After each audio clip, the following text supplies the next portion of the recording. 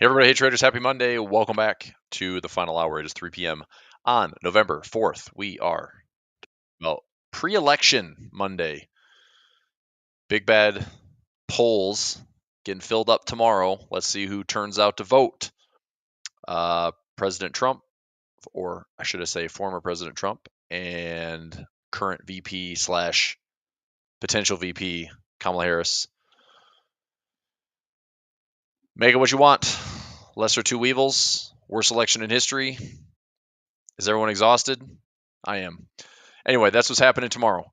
So polls are showing some interesting results. You got the betting polls showing a majority for Trump in the high 50s or low 60s. You've got the poll readings historically. I use the website 538, which, again, take it with a grain of salt. We'll see how everything shows up as far as popular vote tomorrow and electoral college. I'd mentioned this morning during my live sessions, biggest concern, I think, for the week would be if we don't have a declared winner on Tuesday night. Then the market's probably going to not enjoy the uncertainty. We might have some pullbacks and some spats, if you will. We're sitting at the, let's go to the daily time frame here. We're sitting in between the 21 and the 50 exponential moving averages. If we go to a weekly chart, we shall have a 21 here on the weekly, which I thought was interesting considering we hit the 21 back in April. We hit the 21 and closed back above it back in August. And if we pull back again to the 21, that might be a good spot to look for some confluence between the weekly chart and the daily chart. So that value is sitting right around let's just say 560. And where would 560 be on our daily? 560 on the daily is going to be right around this 100 period. So yeah, maybe a little bit of drama to the downside. Watch the VIX. Is it higher? This week what I'm looking for is looking to see on Wednesday after the candle close. Is that a trend that we could see the markets take? It's happened since 1996. We've had a pretty stellar 2 to 3 weeks of direction in the same color as the Wednesday candle after the election. Now, that being said, I don't know what that means if we don't have an election result. So if we have Tuesday, nobody knows. Wednesday, it's all day uncertainty with drama and there's no clear winner, then I would probably not take that direction as a play other than making everything risk defined. Okay. So watching that carefully, I actually was contemplating on a trade right now on MicroStrategy. It's not a terrible spot to be interested. I know that it's a bit overvalued. There's no dividends. It's just straight up premiums. MicroStrategy has been moving well ahead of Bitcoin. If I did take a trade on MicroStrategy, I would do two things. One is sell a call to lower my cost basis for an income play. Two, buy a put and be hedged with any type of additional downside. So I do want to price that out today. If I bought shares at 223.05 and I basically sell a at the money 225 call, I'm going to get like $20 to $25 for that, which means if we stay where we are or go higher, I could turn a $20,000 investment or $10,000 in margin into maybe a $2,000 to $3,000 gain. But I'll probably have to pay for a hedge on that just to be on the safe side. So let me contemplate and let's talk about a couple things. If you have some currencies you want me to take a look at, let me know. If I went long the stock 223.05, this would only be on a couple of my accounts. So this would be a 1, 2, 3, 4, 5 of my accounts I'd be willing to take the trade. Actually, probably 4 because these are all portfolio margin accounts, which means there's a lot more leverage available. So if I did, let me see what this is in a portfolio margin account. So if I bought this at portfolio margin, requires about $12,000 in buying power. So I've got plenty of option buying power, plenty of stock buying power on all of these. So that's one way to do it. Let me crunch some numbers really quickly here. So if I did MSTR 223.09 buy shares, if I went out, let's say 32 days to December 6th, then I sell an at the money call at 225. Okay, so a December 6th expiration 225 sell call for 25 Actually, I get $26. $26. So that already takes me down to a break even of 197.09. Okay, so that'd be a break even of 197.09. If I also added to this, let's say that I want to go out to hedge. If I want to go out to hedge,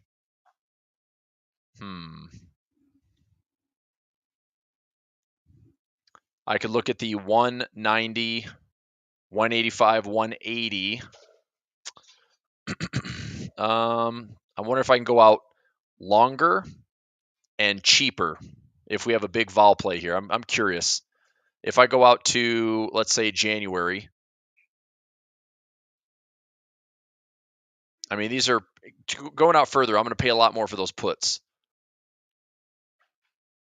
How far and how low could I go? I mean, I could go all the way down to, if I want to be dirt cheap, I can see all these option prices change. Let's say I buy the 130. Like, buy the 130. If there's any substantial downside pressure, 130 is way the heck down here. If this were to drop pretty aggressively, that 130 could be paying, I pay about $5 for it. And let's say I can turn that into, $10 to $15 of credit. Well, I can still lower my cost basis again. I'm just thinking about how I can properly kind of collar this position. I want to get it called away. I guess if I just did the same thing here, let me take a look. Make sure there's more upside than downside on MSTR. So let's go back to this. If I buy the shares, go out to the 6th. So I'd sell and at the money for 25 and then probably buy in out of the money. We're paying at 225. Could I turn maybe a 180?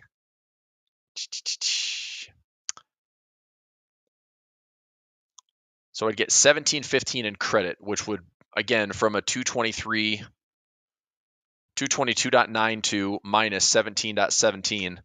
So I'd have the break even at 205.75. If it gets called away at 225, I'll make $2,000. If I use my long put to lower the cost basis, I turn a 965 debit into maybe $15 to $20 of credit. If something terrible happens, that would also lower my cost basis by another $5 or $10. So it's not the easiest. I obviously am curious, just like everyone else, like, where's Bitcoin going to go? Nobody knows. So if I take the trade, I want to be hedged. If Bitcoin goes higher, that's an easy trade on MicroStrategy. If Bitcoin goes lower, I want to make sure that I'm hedged. So let's think about that. I'm contemplating doing it like so. I could go out a little bit cheaper and lower, but I'm not getting for the 170. I mean, $7, 180, 965. I mean, a 20 is good. If that became an at the money, I take a $9, probably a $9 hedge and turn it into maybe $20 to $25 of credit. That's not a bad hedge. So I think I'm going to do this trade. And again, gets called away, 205, get it called away at 225. I make 19.25 on 100 shares. I make 19.25 for a buying power of 37.63. So what's 19.25 out of 37.63? That's a 51% return on capital, which is not too shabby. Now, obviously, there's risk in this trade. I've got a hedge in there for a reason. I would continue to hedge it if I needed it. But as an income trade, it's not awful. Even going 230, 205 to 230, make 25, make $2,500. Buying power is 3,500. Not too bad. So do I like it?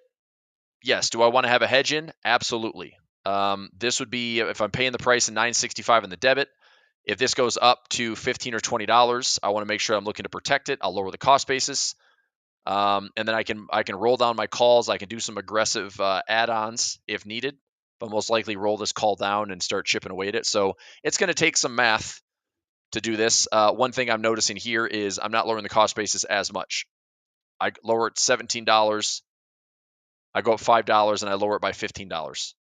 Are we at a spot? Let's go back to MicroStrategy here. Are we at a spot that I wouldn't mind buying some? Well, if I can lower my cost basis to $200, it's right here. If we come back to $200, I wouldn't mind taking that as a buy trade. If we come back to $200, that does increase on the put side, but that delta's a 20, so we'd have about a $22 move. I can roughly calculate here 22.9, 22. I guess fudge 23.10 times 20 on top of the 965. So it'd be about a $5 hedge on the position if it comes back to $200. Now my cost basis would be,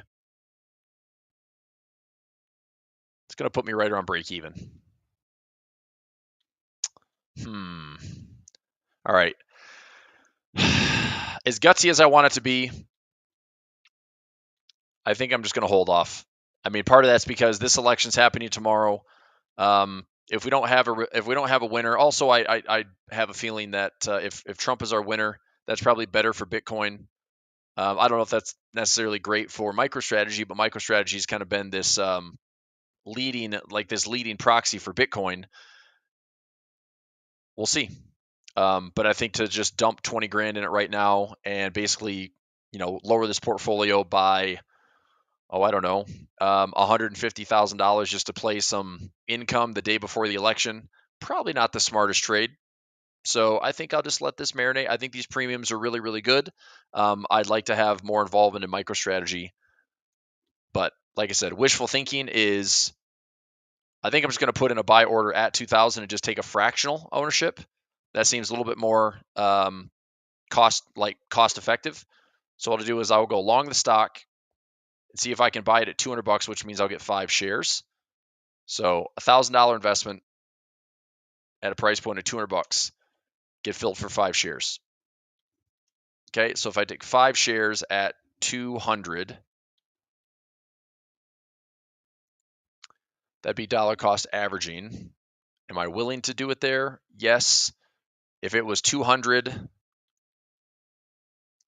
somewhere I'm going to be buying, more shares. So possibly trade 1, pull back to this level, trade 2, find some EMAs, really well supported here.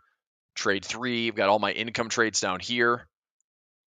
So $1,000 dollar cost averaging. I can do that on all my accounts, but for the portfolio margin accounts, I'd probably be looking to try to find a 100 share position so I can trade options to really work the cost basis. Okay, and to go also even on fractionals, I could lower the cost basis even trading 1 contract, but that's going to be a lot of risk.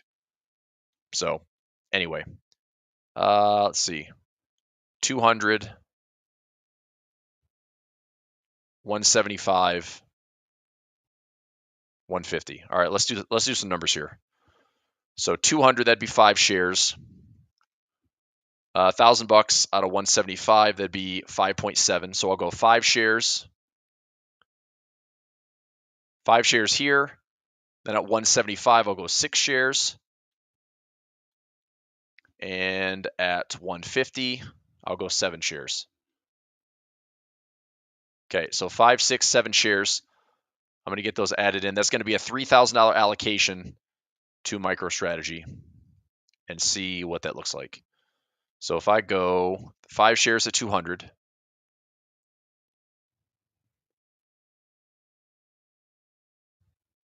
okay, pending order, and similar.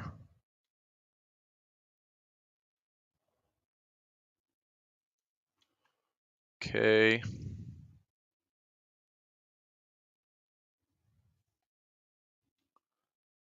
Similar and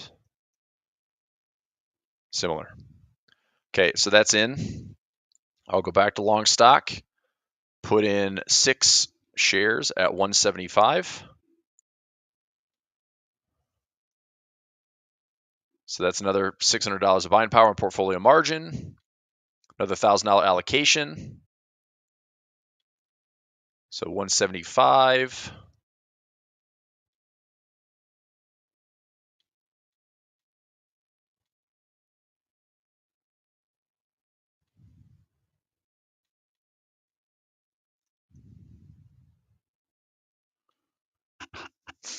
Okay. And then also long the stock at 150. That'd be 7 shares for another 1050 in debits. Okay.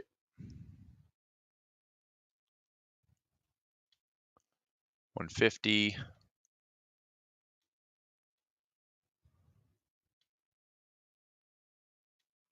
Two more accounts here.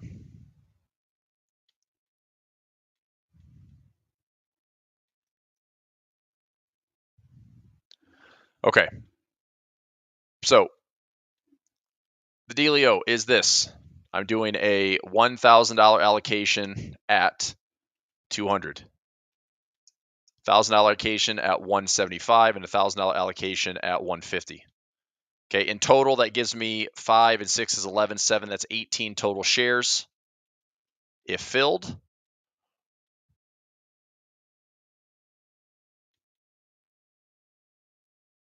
okay, and then I will carefully use options. If I don't have 100 shares of the underlying, I got to be very careful on how I play the income side of things. I can't, sell calls and have it go through the strikes because then I get assigned. I don't want that. I'd have to roll. I don't want to get stuck on the wrong side of it. So I'd probably go very near term and try to stay the heck out of the way. But none of these are filled yet. I'll see what it looks like. And let's take a screenshot of that.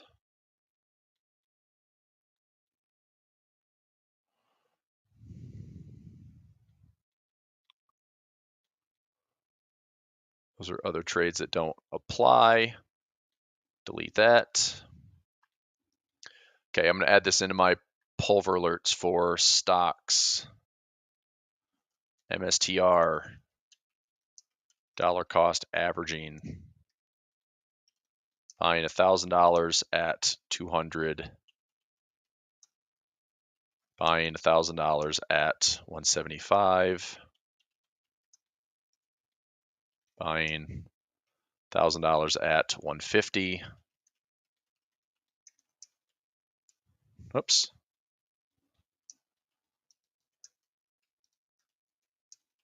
All levels are pending buy trades for MSTR.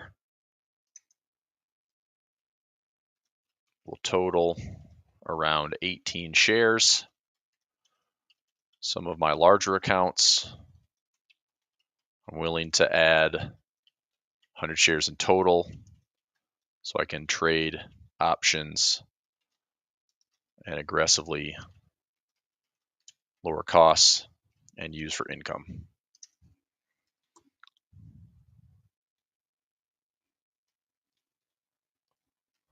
Okay. And okay. So that's in as an alert. As opposed to, like I said, just buying it now, selling a great covered call, lowering the cost basis by a ton. I do think it's good income, but if something happens to the downside, I don't want to be stuck owning the shares, even at like 200 to 205. I have to basically aggressively lower, and who knows? So I don't need to do anything silly or stupid. What are your thoughts on DXY gap? Yep, I talked about that earlier this morning. So you don't really see the gap on the DXY chart, but you see it on the individual dollar crosses. So you can see here that the gaps are likely getting filled today or trying to. So I said this morning. I don't like making any big directions on the dollar outside of this gap that I saw this morning on all the FX crosses. So that's where the gap fills, and this is where the Aussie dollar was sitting at the highs today.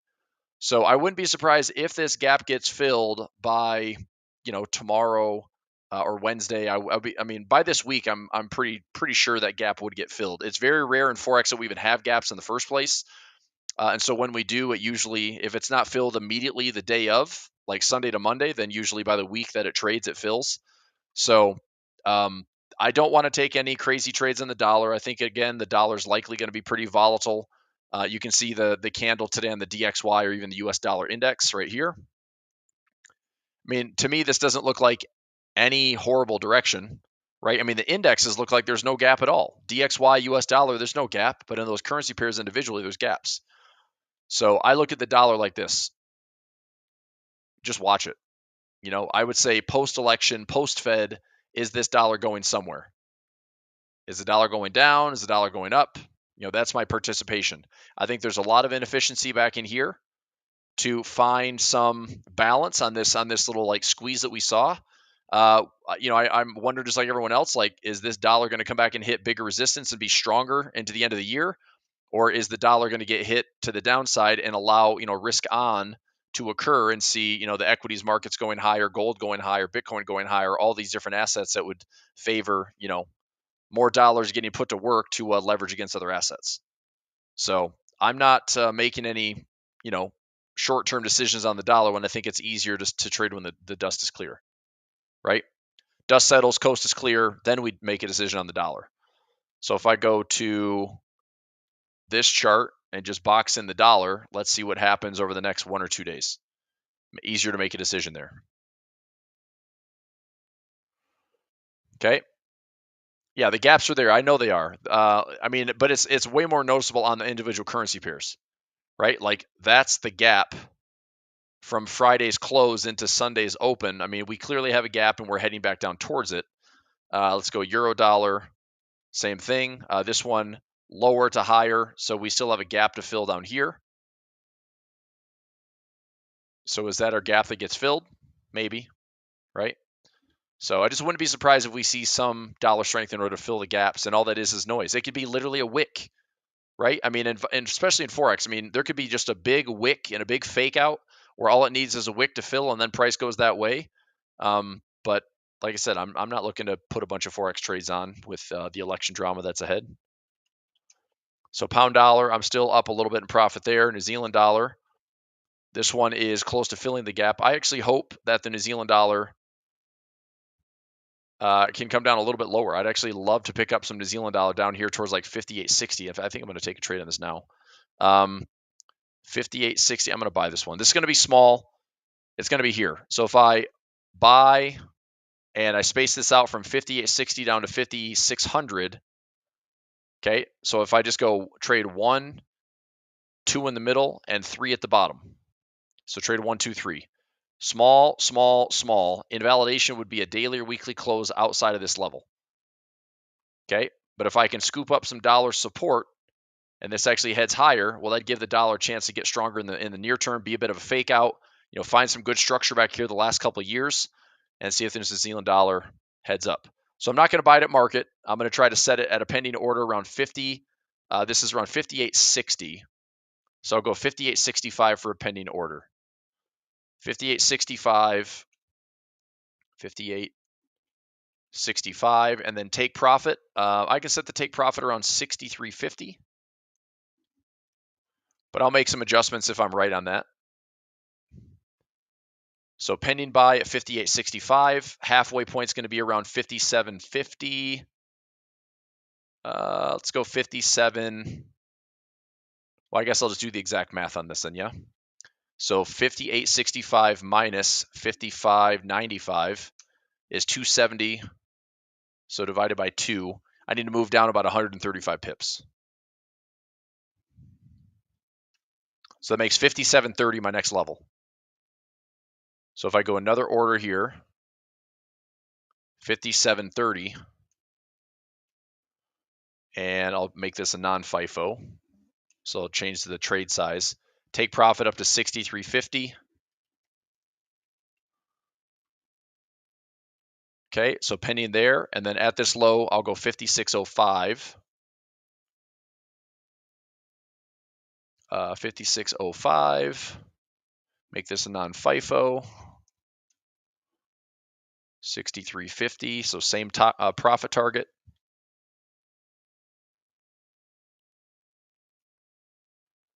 Okay, let me actually modify this.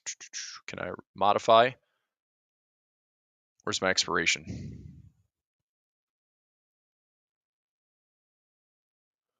All right. Well, it's in for right now. I've got a week on these expirations. That was just a default in the broker. So I'm going to take pending orders on this one for currencies. Put this in my trade alerts. New Zealand dollar.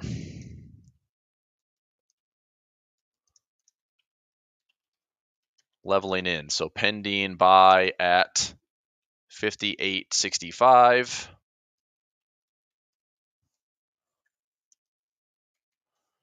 And 57.30.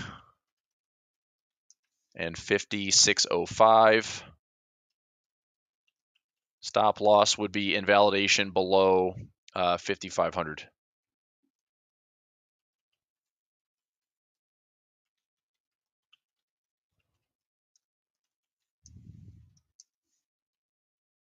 I'll go 6,300 to 6,350 profit target.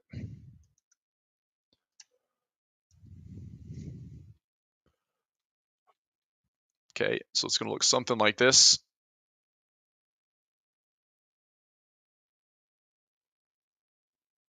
There. So as far as reward to risk, it looks decent. And if we get filled on none of these orders, I mean, if this goes up from here and I don't get filled, then I'll cancel, and there's no trade. But the way I set the trade up now is if we have decent support that's found, fill and go up. If we go up into profit here really quickly, I can cancel this one, take my profit. But let's see what happens. So I do like the trade. All right, let me take a screenshot of that. It's going to get posted in the Pulver alerts.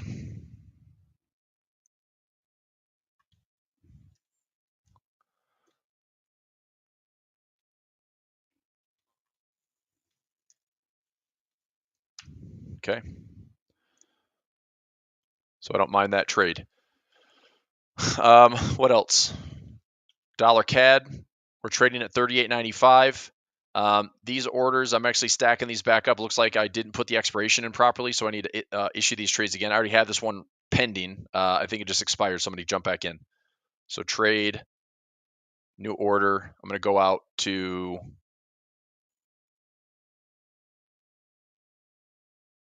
how far can I go out? I'm just going to go out to April 30th. So this is a buy stop at 40.25. And I'm going to take this at 1, 2, 3, 4 trades. I'll go 2,500 units. Take profit's going to be around 44.50. 44.50. That can't be right. Okay, I was going to say that's a lot of pips. All right, 425. Okay. So that one's good for the next few months. There it is. And then 40.75, same thing here. Increase the trade size so it's a non-FIFO. Take profit at 44.50. Pending order is going to be 40.75. Good till cancel there. Good. Slightly higher. And then 41.50.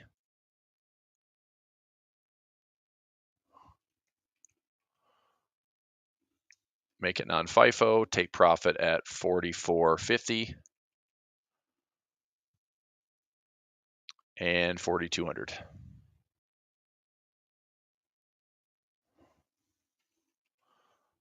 Non-FIFO.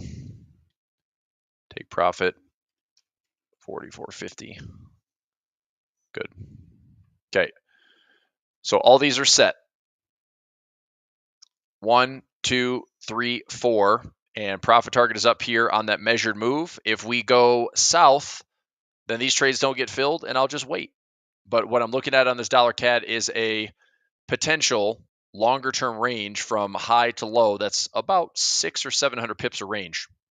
So if we break out above 140, then I'm looking at stacking up, breakout, and then we pull back initially and then base or, accumulate and then start to head higher and higher and higher. And I'm looking to see if this breakout is the real deal. Now, to support my dollar CAD especially, I would also want to see either 1, the dollar index is going up, 2, oil is going lower.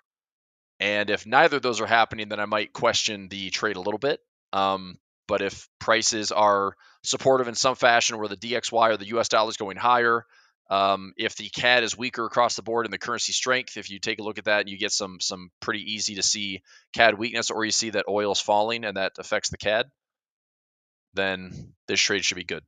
But if it pulls back to, let's say, like 3750 or 3600, I admit there's some nice inefficiencies back a little bit lower. And if they get found, then this trade isn't ready yet. And I'll wait, because if I can buy it low and take this all the way up to this high and then some, well, obviously I'd love to position for a big long-term trade from like 32 all the way up to 45. So if it fills, then it's a 2-year range, right? So if we break, I'm measuring that move to that move. That's a conservative 44.50 target, and you've got it up to like 44.90 or so. Okay. Carolyn, my alerts, it's through my Pulver alerts, which I'll post a link to that if you're interested. Here you go. Pulver alerts. Here's the link for them.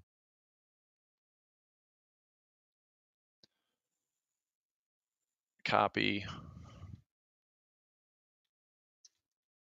Okay. If you click on the link and you go to get Pulver alerts, I'll just show you what it looks like here. So if you click on the web page, go to the alerts. Right now, A1 Trading is offering a huge discount on my alerts. This is good for a year, so it's normally $4.99, marked down to $2.99. These prices are going up at the end of the year. I have a bonus to give if anybody's buying this. If anyone wants to buy the full package, I'm going to give a $497 course to you if interested. That $497 is my practical options course. It's a lot of what I trade in the markets. I mean, 90% of my trading is probably options trading. I sprinkle in some stocks and ETFs. I sprinkle in some futures, mainly for hedging, and then my currencies. So, I mean, I ran a currency fund for over a decade. Risk management for me is just way easier. Income generation is more consistent, just trading way more options than I do anything else. So I still like my Forex trading. I still trade it personally a lot, but my bigger investments managed accounts are mostly options, stocks, options, ETFs, okay, futures to hedge. So my point is, if you do the full purchase Pulver package, which is around 40 to 45% off right now, I will throw in my $497 practical options course for free, so you can have that as a bonus. These prices are going to go up by at least $500 by the end of the year, and this discount's not going to last too long. So just so you know, but this is something I talk about, every day. I've sent out alerts almost every day. I think today that's one trade in Forex. That is on indexes. That is, oops, I took the wrong freaking. Well, that's supposed to be. I took one trade in DJT today, one trade in QQQ today, and then also in stocks, I did the dollar cost average just now in MSTR, and then the last trade we took was on Tesla a couple weeks ago, last week, I think. So anyway, it's active. It's my trading. And then the services I have were my daily profit plays, waterfall income. We did 2 trades today on daily profit play, 7 trades today on waterfall income, and all the profit targets are set. So if I have anybody that's in my waterfall income, when we left the session today, it was make sure that you have your debits that are closing for credits, make sure you have your credits that are closing for debits, take your profit targets. And so all those orders were in. I also added, so if you remember last week in waterfall income, I added a hedge out to November 29th. I repeated that again today. So I went out to, it's a SPY 350, 11/29 expiration. I bought a 350 put for 12 cents. So it's dirt cheap. It's only there if I need it. If we have a big, ridiculous, 5 to 10% drop in the markets, if this happens where there's just a nasty, nasty move through the election, then I want those hedges to be paying out a ton of money.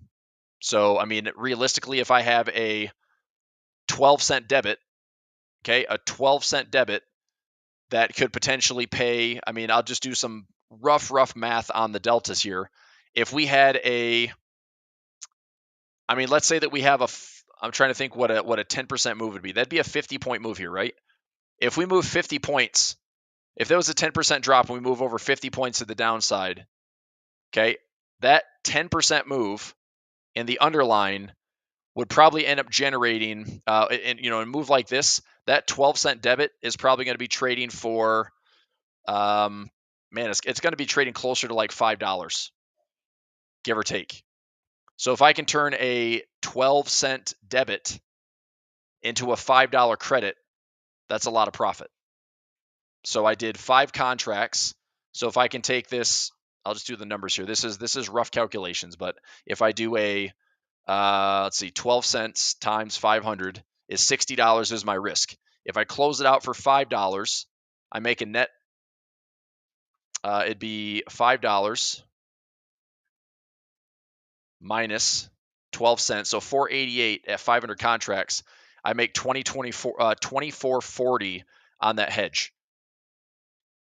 So I can have literally a 12-cent debit pay me, or I'll just say this: how about a $60 risk that pays me $2,400? It's pretty good. Now, is that enough to cover my entire portfolio? No, but that's enough to ease the pain on some type of pullback and drawdown. Okay. So if for the waterfall, I'm going to add this in. I'll just put this in Telegram for my waterfall. So I don't have a waterfall channel, but everyone that's in my, I'll put here quick announcement. Let me find a little alert icon. Let's go alert.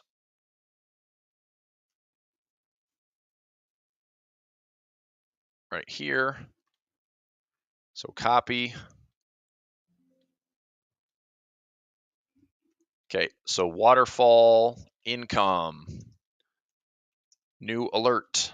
I'm adding a 11/29 expiration SPY hedge. Similar to what we did last week in class. It's an 11/29 expiration, 350 long put for 12 cents debit. This is only to help ease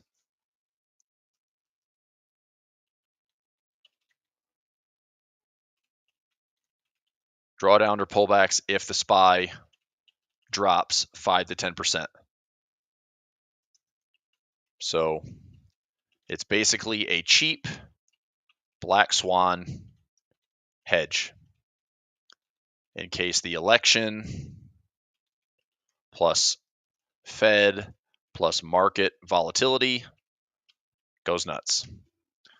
There it is. So dirt cheap, cost effective. Do I need it? Maybe not. If it goes nowhere and the SPY goes sideways or higher, it's a wasted hedge. But in the event that the market is doing something silly, that hedge pays a lot of money. So, and I would have two of those. I'd have the 345 and the 350. So if I could turn, let's say a 5% fall, I can turn that into maybe $2,000-$3,000 of profit, and protect the hedge obviously. But I'd still be interested in kind of buying some dips and seeing where this market goes. One thing that wouldn't surprise me going into 2025 is some type of range trading. I could see that being the case versus going into like recession or bear market. I can just see, look, we've had nothing but bear markets and bull markets and booms and busts. I mean, a sideways period would almost make a lot of sense to me. I just don't know if the market's going to do it. It seems like all this market wants to do is try to go higher until it's at these valuations that are historically high. And I get a little cautious at those historical highs, right? Who wouldn't be? So if we get discounts, great. We get pullbacks, great. But going into the end of the year with November, December, January typically being floated to the upside, positive drift. There's a lot of bullish momentum those last couple months. I don't think the Fed is necessarily going to break something. I did 5 contracts on that, Ted. So I've got a lot of my waterfall trades out 10 contracts, and so I did 5 as a hedge. Yep. Okay, so we've got about 20 minutes left before the close today, and last thing I have running that I need to just double check on, it should be looking good for full profit. NDX trade is traded for a 6 cents debit. If I go to my options chain, so current price is around 19,973. My put side is at 19,850. So likely I can just let this expire for the next 19 minutes and get into full profit for another 36 cents on the day. That would be a total of 36 and 40 cents. So 76 cents net on the day for daily profit play. So 2 for 2. This one just took until I'm just going to let this one go to expiration in the next 19 minutes. Okay. It's in your one-click portal there, Aggie. Your one-click portal. So it's all in the member platform. We go live around 11:30 on Mondays, and then I post the alerts by noon. So if you're not able to join the live sessions by like 12:30 p.m., I still post all the alerts. You can get those in your broker platform for the Monday strategy for the waterfall income. Okay. Yep. And that's why it's a dirt cheap hedge, Dennis, because I'm not going to pay an arm and a leg to hedge. But if we have, I mean, if you're following it, look, it's a black swan hedge. If the market drops, similar to what we did in a few days in August, if that happens and this market drops 10%, I can promise you that that 12-cent debit is going to be trading for $1, $2, $3, $4, $5, depending on how ridiculous that gamma swells. I mean, volatility is going to go bonkers, and that gamma. I mean, I could turn basically a 1 delta into maybe a 50 delta. Okay, so if there's a way that I can turn it into, like I said, $2, $3, $4 profit, that'd be pretty impressive.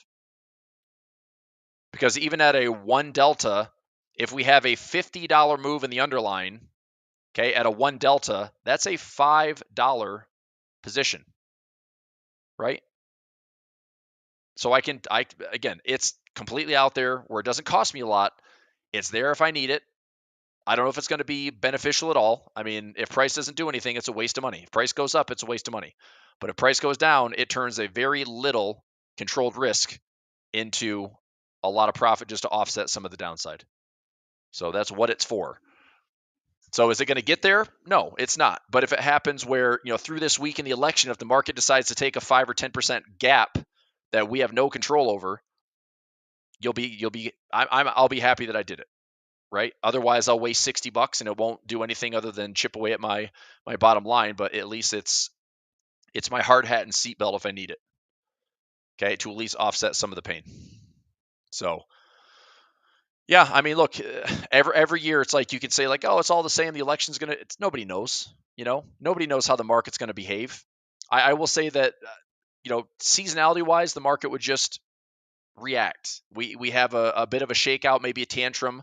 I'd say there's way more pressure and uncertainty at the downside if this market is dealing with a lot of election drama, and then the Fed still cuts rates and I don't know. I mean, there could be just any type of adverse reaction. I mean, you have to remember, we're sitting here at all-time highs with a market that got there without having a ton of market breadth.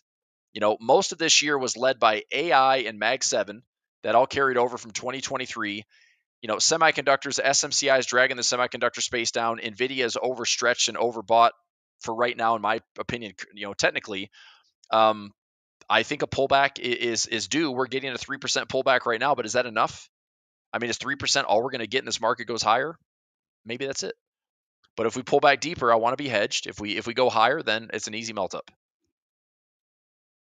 Okay, I posted it in my Telegram. So it's in my Telegram right here. So if you're in my waterfall income, that's what I did. So just read it and we'll move on. It cost me 12 cents today. I took the trade like less than an hour ago. Okay. Right. So Dennis, it's not about a 40% drop in the instrument. Okay. What it's about is the gamma swell that would happen in an options trade where a 12-cent debit can become a $2, $3, $4, $5 credit. You don't need to have a 40% move for that to happen. If we drop in a matter of days by 7, look, do you realize that halting the S&P would be a 7% drop? What happens then? If we get a drop in the market and it's 7% and they halt it, you can believe me that the next day that thing's going lower.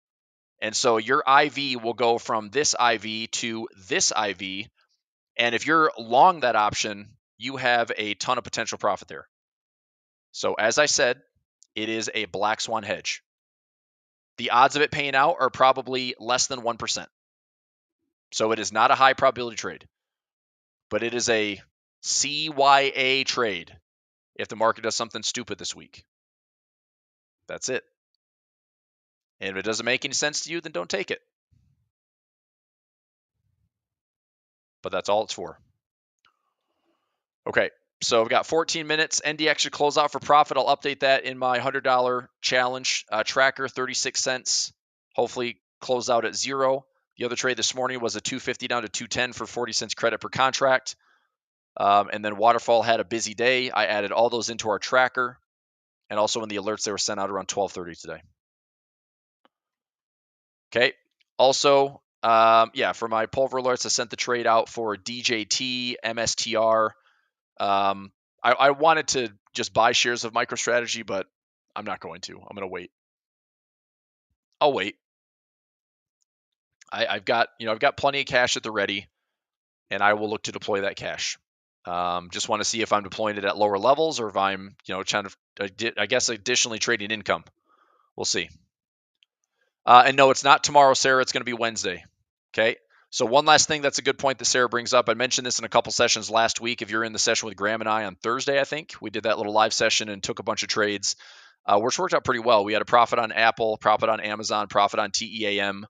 So anyway, it's not Tuesday's candle, but it's Wednesday. So it's not election day because the election's going on all night. So we don't know what Tuesday's day is going to give us, but it's Wednesday's candle to see what the market reaction is. So if Wednesday's candle is green, and here's what I'll say, I'll type this out. So if we have a decided winner on Tuesday evening, look for Wednesday's S&P candle to close. If green, since 1996 to present, the candle close equals near-term direction. If red, since 1996 to present, the candle close equals near-term direction. So if Wednesday, number one, if Tuesday we have a winner and Wednesday we have a green candle, then my near-term bias would be bullish on the S&P 500. I know we have 1,000 plus companies with earnings this week, but the Mag 7 stuff to me, and for me, the Mag 7 was the bigger play. Mag 7 has already come out. NVIDIA is the only one that's left. Okay, NVIDIA has earnings the first part of November, which I think, let me go to NVIDIA here. What's that? Oh yeah, let's go to NVIDIA. NVIDIA earnings on November 20th. So, I mean, it really wasn't known as a Mag 7, but it's clearly now like number one in the world. I think 3.35 overtook Apple and Microsoft again. So Apple is at 3.38. I guess not. It's close. Microsoft 3.04. So now it's Apple and NVIDIA neck and neck for number one market cap in the world. I still like scooping up some Microsoft at a lower price. Apple, I'm going to wait on. NVIDIA, same thing. I mean, we're having a bit of a pullback. I'd love to see something on NVIDIA, maybe back into this trend line here, something like that. So I just hope that price wants to, give us an opportunity to get long again. But I wouldn't be surprised if this thing goes into a range as well.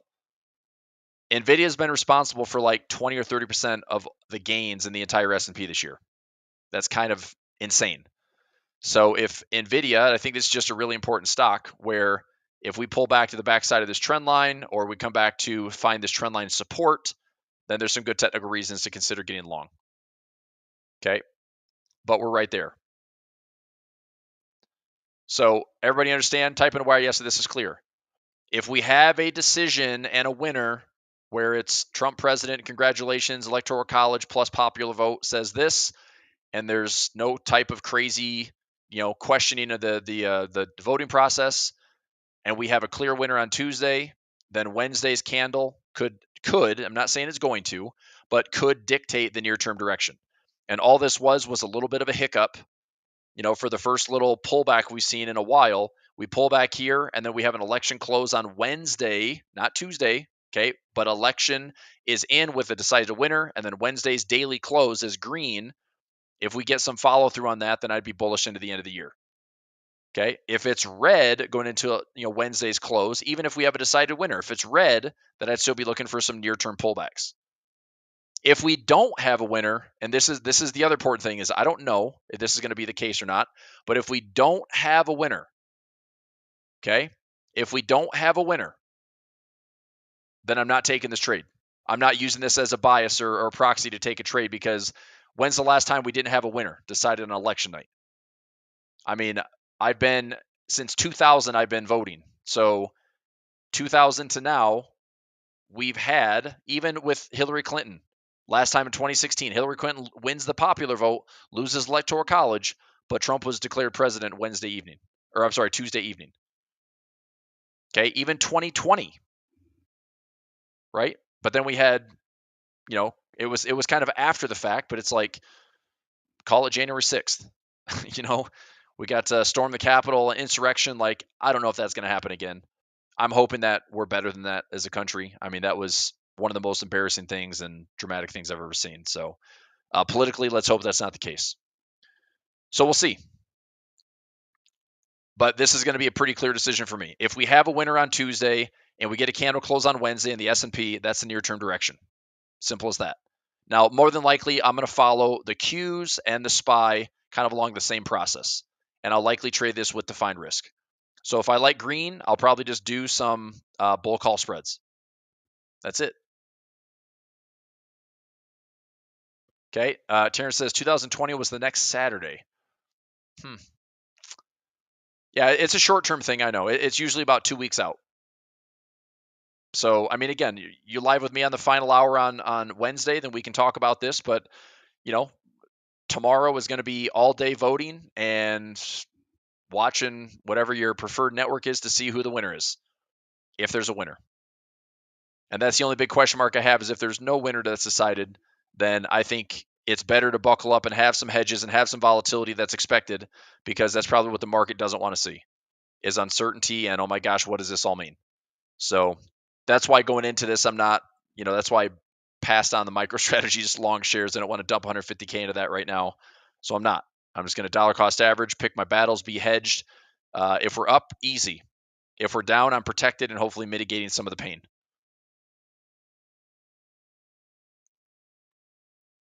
Okay. All right. So that's about as black and white as I can make it. If we have a clear winner on Tuesday, I think our decision gets a little bit easier. If we don't have a clear winner on Tuesday, then expect some volatility and indecision, and we'll see how your portfolio is positioned for it. Okay. All right. Any other charts questions? So on the day, let's do a quick heat map check. FinViz, a lot of red today. Tesla kind of leading the way with a big red. CMG is down. Chipotle at 56. I'm still trading some ratio spreads on that one. Starbucks down as well. Tesla down to 242. Nvidia's up a little bit. Apple down, Amazon down. Amazon had good earnings. Google gave back a lot of their earnings last week. Apple's flat. Amazon's still up. Berkshire Hathaway, did they have earnings today? BRK. Not Cap Hedge. Let's go Berkshire Hathaway. B and A. Let's go B. So earnings came in, beat revenue but missed on EPS. So Berkshire's down. This isn't a bad stock though. I am curious. I'm curious here. So down to 420. I don't really want to own shares of Berkshire Hathaway. Not in a big way outside of like dollar cost averaging, but I mean, it's down. This is interesting, right? For something that's been pretty much tick for tick and kind of showing the value of like, oh, Berkshire Hathaway is outperforming the S&P. It's obviously showing a little bit more volatility. So now the pullbacks are on 9%. The S&P's 3%. Qs, pullback wise, from the all-time high, the Qs are down about 3.43%.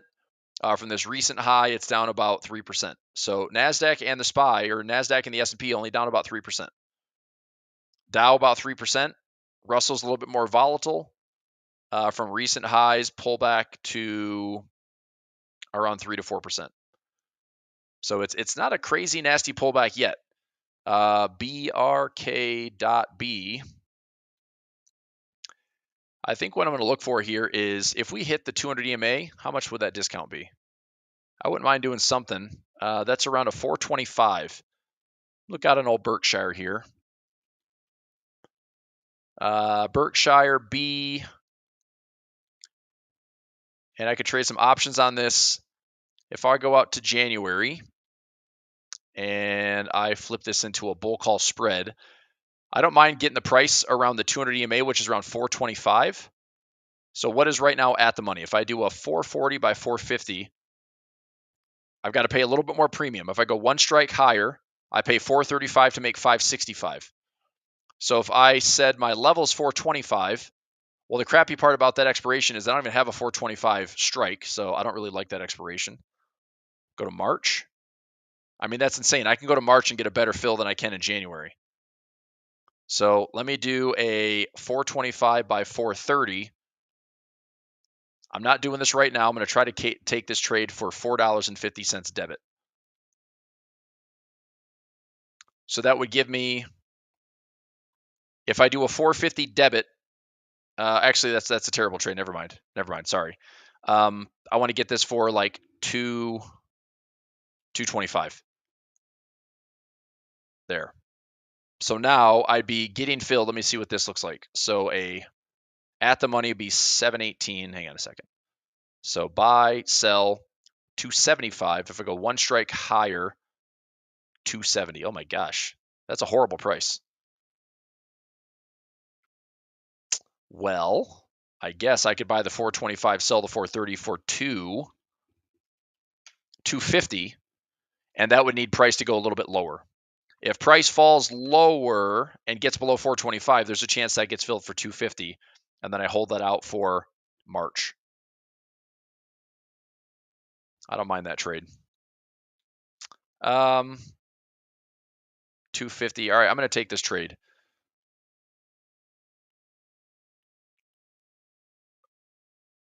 August 5th lows in the low 400. So here's what I'll probably end up doing. If I get filled here, great. If it comes back down to August lows, I'll probably have one contract here, two contracts here, and see if this is anywhere interested in, even if it hits this level, pulls back again, even if it's putting in a top, there's still a right shoulder potential where this is a left shoulder head to neckline type thing. So I don't know. I'll work that a little bit with some defined risk.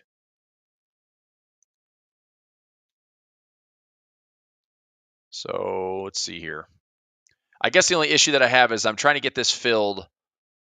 I need BRK to come down lower, and I don't know if it's going to. But whatever. I'll set the trade up and see what happens. So 250 debit. I'm going to go 1 for 1 here. Set this one up. 250 debit. Define risk debit spread. And actually, I'm doing this right at the close here, so I'll probably have to finish this up tomorrow. Maybe I can sneak these all in. See how fast my fingers are.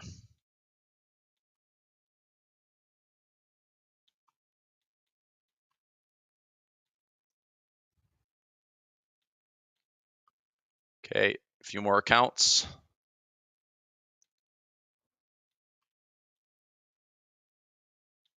Last account. For the close, survey says in. Got them all in. All right, so that's 8 trades right before the close. Berkshire Hathaway. So 425 by 430. Okay. 425 by 430. Bull call spread, and that's out to March 21st.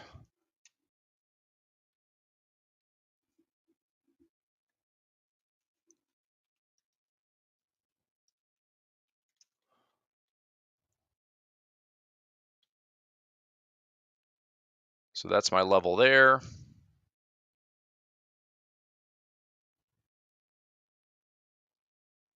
Define risk. That's the trade. All right, so I'm going to throw that in stocks and options. BRK.B. 321 expiration.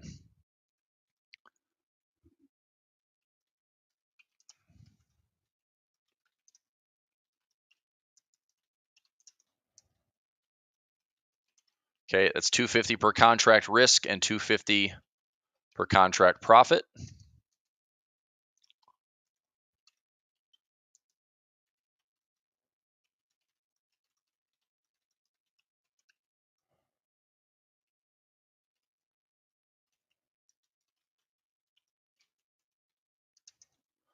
Okay. And that's getting posted in about 10 seconds. There we go. And I need to take a screenshot of this one.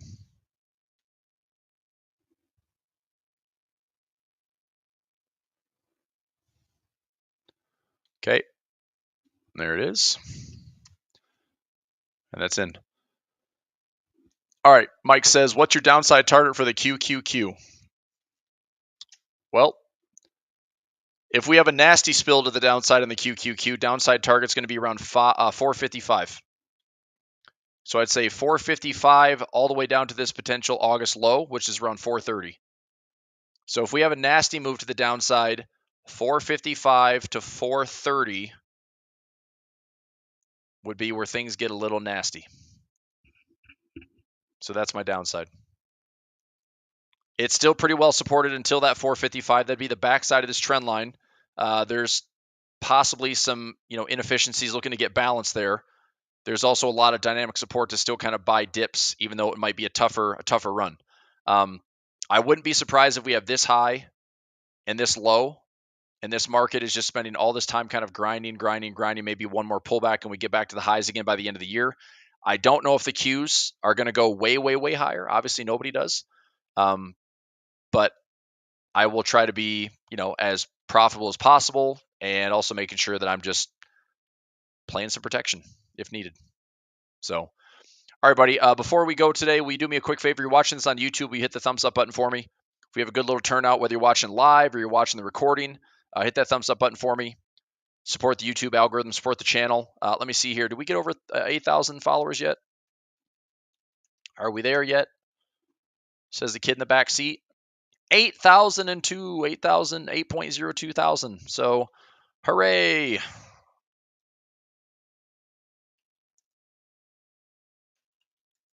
me see if there's a image for that. Yay. There's a bunch of them. So, crossed it. Not bad. So, that's all big thanks to all you followers and watchers out there checking it out live. I try to be live every single day. Plenty of stuff to talk about. So, yeah. Next stop, 10,000, huh? Let's go. All right. So, yep. Next milestone will be 10K. We'll see if we can get there. So I went from, I don't know, it's like 5 and change to 8 the last maybe 6 to 9 months. So we'll see if we get from 8 to 10 in another 4 to 6 months. Cool.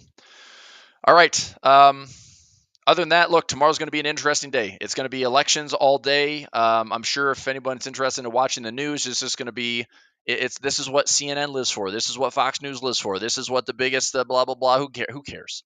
Go out and vote. If you want to say something, then vote. Okay. If you want to just complain about it and then your president's not elected, then don't complain. But go out and vote. We'll see what happens. Popular vote doesn't necessarily mean electoral college.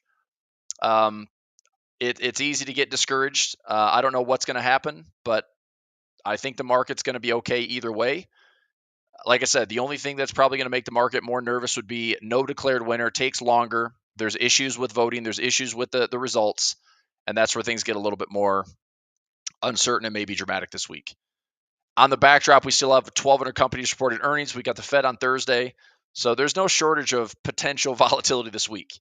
So as always, it's been picking my battles and trying to make sure that I'm allocating when I think it's the right time. And right now it's not. I mean, I'm still waiting for dips and pullbacks. If we get them, I'll be ready to buy. If we don't get them, then I'll just be doing the same thing I'm doing now, which is a lot of little stabs, a lot of little income plays, see if they work out, define risk, fractions of 1%, and they add up. I mean, I'm at 83 trades for the day. So yeah, I mean, there's some stabs there. If 83 trades end up equaling, 1 or 2% in risk, well, hopefully they pay me. If they don't, okay, fine. I'll live to trade another day. But just doing my thing. No crazy outlier bets and no stupid amounts of money on the line where if I'm wrong, I can't afford to be. It's like just keep trading, man. That's all I can say. Just survive. Okay. Trader Nick's have an election stream. You should join. Oh yeah, he didn't message me. No big deal.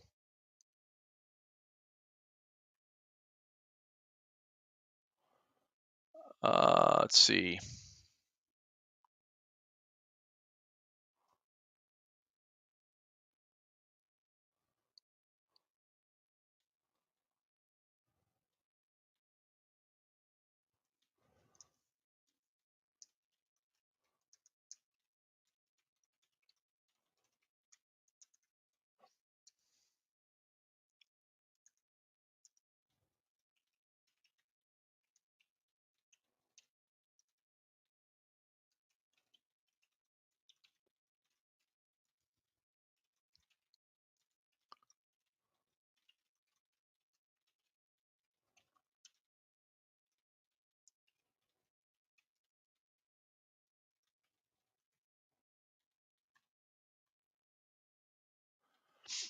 All right. So that being said, I'll go ahead and wrap it up there today.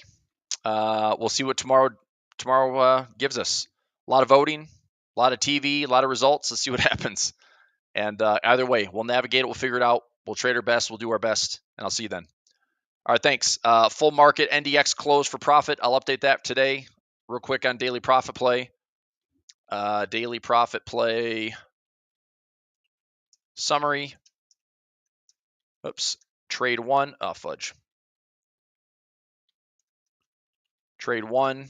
250 credit. 210 debit. Profit hit. And trade two. 36 cents credit. 0 debit. Profit achieved. Okay. So daily profit play 2 for 2. Waterfall income 7 trades today. Let's see what markets give us. If we're going up, to revisit some gaps or revisiting all-time highs, waterfall should start paying out. We've got some hedges to the downside. We've got defined risk, so we need to be watching carefully. But our expiration's out to the end of the year, into January now. So I'm not really that concerned about the time factor, especially on these 2 liquid instruments. We just need to make sure that something stupid doesn't happen, and that's really what I'm preparing for. And I could be wasting money bracing and preparing for all this potential downside, but the reality is I don't want to be caught blindsided by a 3, 4, 5% move in some type of crazy, wild directional day that it's like, oh, fudge. You can't really hedge as the market's happening or as it's already happening. We get a nasty day to the downside. Your hedges are either in or they're not. So I don't like to do it after the fact. I'll just pay when it's cheap. And then if it, pays me, great. If it doesn't, it doesn't. Okay.